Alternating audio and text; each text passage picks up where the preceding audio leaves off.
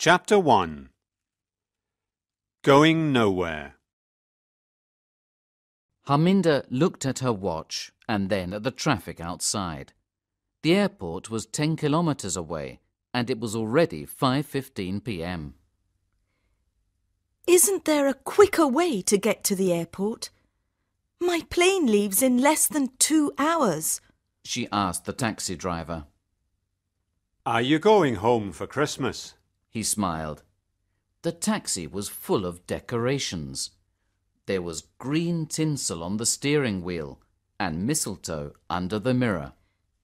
Yes, said Harminder. But there was no Christmas spirit in her voice. Harminder looked out of the window, trying not to cry.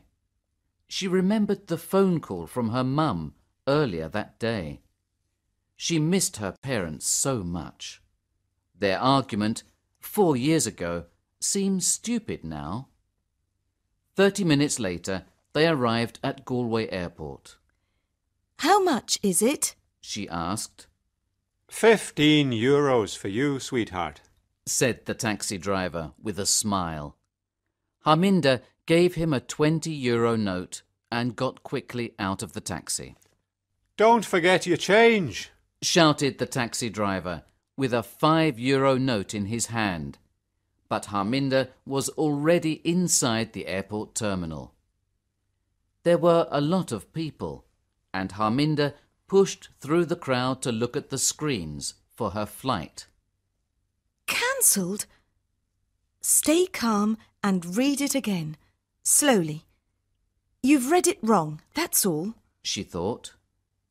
Flight ZXY 247, destination London Stansted, cancelled. All flights from Galway were cancelled because of bad weather. I'm sorry, but tomorrow's flight to London is fully booked. Christmas is a busy time of year, said the man at the ticket office when Harminder tried to find another flight. What about another airport? Dublin, perhaps? Sorry. You don't understand, said Harminder. I have to get to London as soon as possible. My dad's ill. I really am very sorry, the man said sympathetically. You could hire a car. It's a long journey, but if you need to get there quickly... As Harminder ran towards car hire, she saw that there were only 2 women waiting, and she started to feel hopeful. I'm sorry, but this is the last car, she heard the assistant say. But I was here first, shouted a tall, blonde woman. Only because you pushed in front of me. I'm getting married in 3 days. I have to get to London, shouted an Irish girl in her late 20s. And I've got a very important audition, said the blonde woman. Excuse me, interrupted Harminder. Did you say that there's only one car? Yes, and it's mine, said the blonde arrogantly. No, it's not. The argument continued. Harminder wanted to cry, but then she had an idea. If you 2 are going to London, we can share the car. What do you think? We can share the driving and the cost. The 2 women looked at her in silence. They probably think I'm mad, thought Harminder. But that didn't worry her. The only thing that worried her was getting to London to see her family. Well, if you want to get to your audition, Harminder said to the blonde. And if you want to get married, she said to the other woman. Well, you've got no choice. Harminder was speaking angrily, and after a moment the 2 women reluctantly agreed. Mr. O'Flaherty will be pleased, thought Chrissy, the car hire assistant, as she showed the women their car. Cressy! Cressy! A man shouted, running towards them. It was very cold, but he was sweating, and his face was red and angry. Oh, that's my boss. Merry Christmas! She smiled and closed the door. Stop them, Chrissy. What? It's okay, Mr. O'Flaherty. They've paid. She smiled, waving at the car as it left. That car was reserved, you stupid girl. He shouted. Chris's face turned red. She didn't see the three businessmen as she ran into the airport, crying. "Where is my car, Mr. O'Flaherty?" asked one. His voice was calm, but his grey eyes were dangerous. Colin O'Flaherty turned around nervously to talk to the three men, and he knew that he was in trouble. Big trouble. Chapter 2. Galway to Dublin. Don't worry. I'll be there. I love you too, said Shauna, the Irish girl. She was on the phone. Was that your fiancé? Asked Harminder when Shauna finished speaking. Yes, she replied with a smile. And you're getting married on Christmas Eve. That's so romantic. I know. Graham is romantic, she said. She took a photo from her purse and gave it to Harminder. It was obvious that she loved him very much. He even proposed on Valentine's Day. Original, said Vanessa sarcastically. What is your problem? Replied Shauna, angry at the blonde woman's sarcastic reply. I'm not the one with the problem. I'm not the one getting married, thank God. We left Galway 2 hours ago, and the only thing you've talked about is Gavin and how wonderful he is. His name's Graham. Graham, Gavin, whatever. So he's romantic? After 6 months of marriage it won't be romantic, when you have to wash his dirty clothes every week. Vanessa, that's a horrible thing to say, said Harminder. Have you never been in love? For a moment, Vanessa's eyes went dark. Love is for idiots, she said in a low voice. Shauna touched the small diamond engagement ring on her left hand and looked out of the window, trying not to cry. She loved Graham and he loved her, and on Christmas Eve she was going to marry him. Don't listen to her, Shauna, said Harminder. Shauna liked Harminder. She only looked about 22, but she seemed a lot older. At last, thought Shauna when she saw a sign for Dublin Port. But Harminder didn't slow down. She was arguing with Vanessa and she didn't see it. Harminder, the port. You've just missed the exit, said Shauna. What? Are you sure? Brilliant. This is all your fault, shouted Vanessa at Shauna. My fault? Why is it my fault? Oh, don't start all that again. I'll turn off at the next exit and we'll come back, said Harminder. But then the cars in front began to slow down and stop. That's all we need, a traffic jam, said Vanessa. We'll never get there in time now. When they eventually arrived at the ferry terminal, it was late. There were no cars or passengers waiting, only a security guard. Where do we go to get the ferry for Holyhead? Shauna asked him.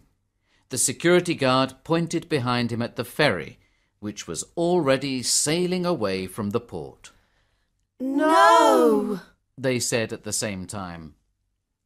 The next ferry is tomorrow morning at 10 to 7, said the guard. This is all your fault, shouted Vanessa. Oh, shut up! Shauna and Harminder shouted back. Luckily, they found a small hotel. They started to relax as they began to take their bags out of the car in the hotel garage. Don't forget your briefcase, Harminder said to Vanessa. She was pointing at a dark brown, expensive leather briefcase. It's not mine, Vanessa said, pulling it from the car. It was quite heavy. Shauna, is it yours? No. And it's not mine. Said Harminder. So it was already in the car when we left the airport. Somebody has obviously forgotten it. What do you think is inside? Said Vanessa.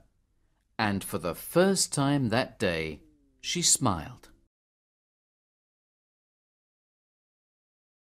Chapter 3. A Sleepless Night. I want to open it. Said Vanessa. But it's not ours. Said Harminder.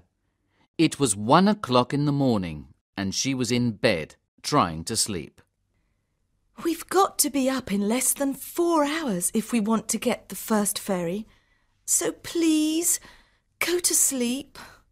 Vanessa turned away from the briefcase and pulled the blanket over her head.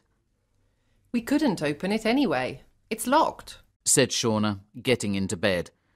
But then she noticed Vanessa's smile. What? Why are you smiling? Vanessa took a clip from her hair and held it between her fingers.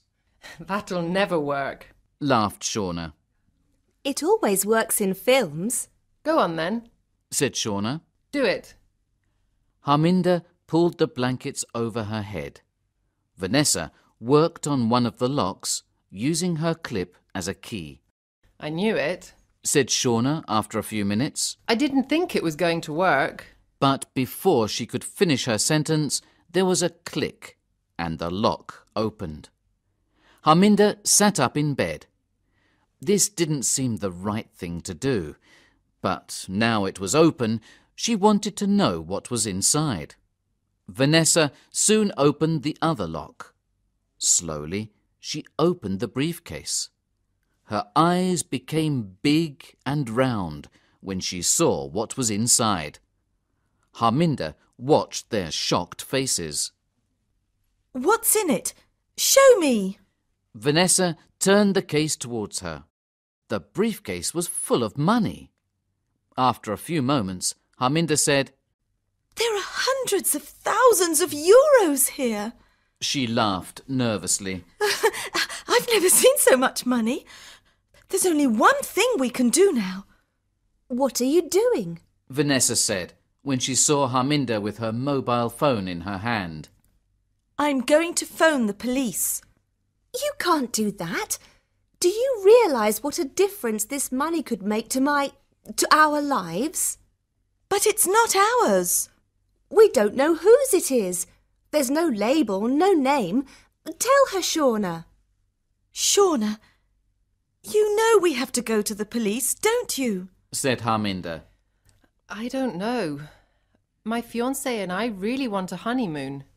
We could go anywhere in the world with this money. The Maldives, the Caribbean, New York, San Francisco, anywhere.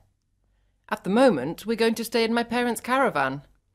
Shauna looked into Harminder's eyes. We've never had a holiday together. I'm sorry, Harminder. Vanessa held Harminder's hands. Her voice was soft and kind, and Harminder remembered that she was an actress. You said your dad's ill. Think about it. With this money, you could pay for the best doctors. Harminder's phone started to ring. Slowly, Harminder picked it up and answered. Hello? Oh, hello, Mum. How's Dad? When the phone call finished, 10 minutes later, her cheeks were wet with tears.